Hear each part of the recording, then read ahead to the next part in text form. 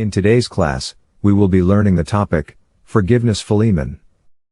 Forgiveness literally implies having no more wish to punish someone for an offense earlier committed or simply to show mercy to someone, no longer having ill feelings towards him. In the New Testament of the Holy Bible, forgiveness is used to show God's initiative by which he restored man, full of sin, to this fellowship.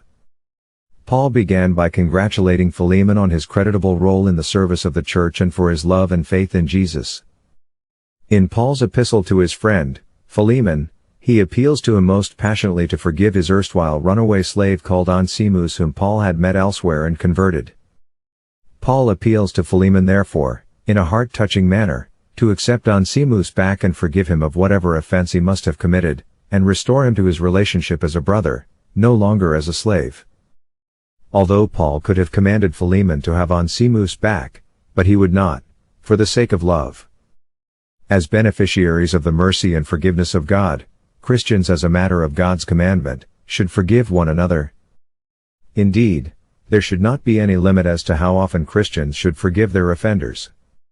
At any point, therefore, Christians ought to reconcile with their offenders and forgive them so as to be sure of God's forgiveness each time they pray. Effects of unforgiveness: hatred, war, lack of peace and unity, retardation. So as Christian, if we must be forgiven by God, then we must forgive others. Thanks for watching. See you in the next video.